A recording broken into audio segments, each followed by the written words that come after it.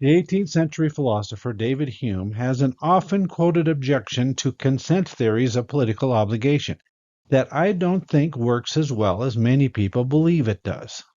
To set the stage, a consent theory of political obligation holds that people within a country have an obligation to follow the laws of that country because they have given consent to be governed by those laws. Of course, a lot of us don't recall having given consent. However, the argument goes consent doesn't have to be explicitly given. Sometimes it can be tacitly given. For example, at a group meeting where the chairperson asks for any further objections, if nobody says anything, then this is a form of tacit consent. In the case of political obligation, consent is tacitly given by the fact that one remains in the country. If you don't want to follow the laws, you should leave. David Hume objects to this line of reasoning. The much repeated quote in which he gives his objection goes as follows. Quote, "Can we seriously say that a poor peasant or artisan has a free choice to leave his country when he knows no foreign language or manners and lives from day to day by the small wages which he acquires? We may as well assert that a man, by remaining in a vessel, freely consents to the dominion of the master, though he was carried on board while asleep and must leap into the ocean and perish the moment he leaves her." End quote. The argument effectively states that it's unreasonable to take a person's refusal to leave the country as consent to anything. Many citizens in a country lack the opportunity to leave, and if they have the opportunity, leaving is so costly that we can say that any consent on their part is under duress. Consequently, it doesn't count as valid consent at all. In this video, I'd like to respond to this case. First, I don't see it as an entirely fair analogy. Hume's story involves kidnapping a person from what we may assume to be at least a tolerable home and putting them on a ship. But that's not the type of case we're talking about when we talk about political obligation. We're talking about somebody born on a ship, raised on a ship, and taken care of until they reach a point at which they can give consent. Then a time comes when the individual is told, look, you have two options. You can join the crew, or we can drop you off at the nearest uninhabited island capable of supporting one person. This is the way the 17th century philosopher John Locke conceived of political obligation. Locke assumed that there was as much and as good left in the state of nature for a person to leave a political community and survive. We'll incorporate this into the analogy by assuming an island capable of supporting one person. We can discuss what happens when there is no such island later. Another alternative is that some other ship accepts the individual. However, that ship's not going to accept this individual unless the individual agrees to join that crew. This is analogous to emigrating to another country. Here the objection is that by making these the only options, the individual is making their choice under duress. No valid consent can be given under these circumstances. And this is because the alternatives are so horrible. However, the fact that the options are horrible doesn't invalidate consent. Imagine a doctor tells a patient that they have dread disease. Their options are to consent to medical treatment, or the disease will be fatal in about 3 months' time.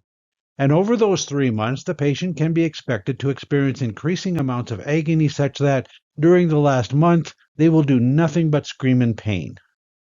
If the patient decides to accept treatment, the patient can hardly claim that the horrible nature of the alternative was so bad that the doctor is guilty of using duress on the patient. The fact that jumping overboard or transferring to another ship are costly options only counts as duress if somebody somewhere has an obligation to provide the individual with something better. But this would require that the rest of the crew has an obligation to treat this individual as a member of the crew, even as this individual refuses to follow the rules of the ship. Where would that obligation come from? We could argue that the crew is exploiting the situation to demand that the individual pay such a high price to remain on the ship. It'd be like charging somebody their entire net worth for a glass of water when one finds them dying of thirst in the desert. But the crew is expecting no more of this person than they expect of anybody. Such a price only counts as exploitation if it is an unfair and unreasonable demand, and the fact that it's the same price demanded of everybody, and that a lower price demanded of everybody would be disastrous, suggests that it is not exploitive. The crew has no reason to accept this person on the ship unless that person agrees to abide by the laws of the ship.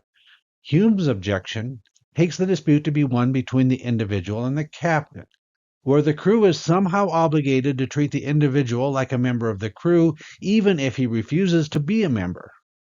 But the crew has no obligation to do that. There's a second factor to consider. There's an objection that states that tacit consent requires that the individual be aware that the act in question implies giving consent.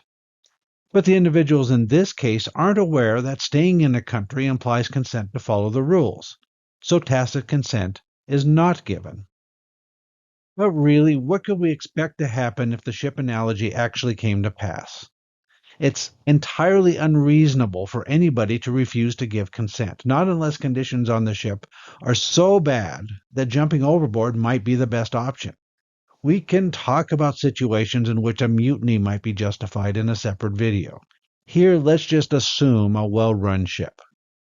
If everybody automatically would give consent and it would be irrational for anybody to do otherwise, we can expect that a culture can develop to a point where people simply quit asking. It'll be assumed that an individual will give consent when they come of age, and if anybody doesn't, well, they could either jump overboard or seek transfer to another ship. There's just a matter of social customs becoming more efficient. I do have objections to the consent theory. My own views on political obligation say nothing about consent. However, I don't see Hume as providing a strong objection.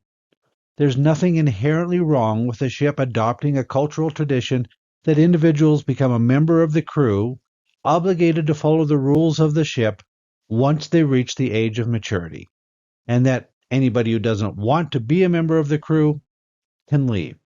The crew has no obligation to accept anybody on board ship that does not agree to these terms.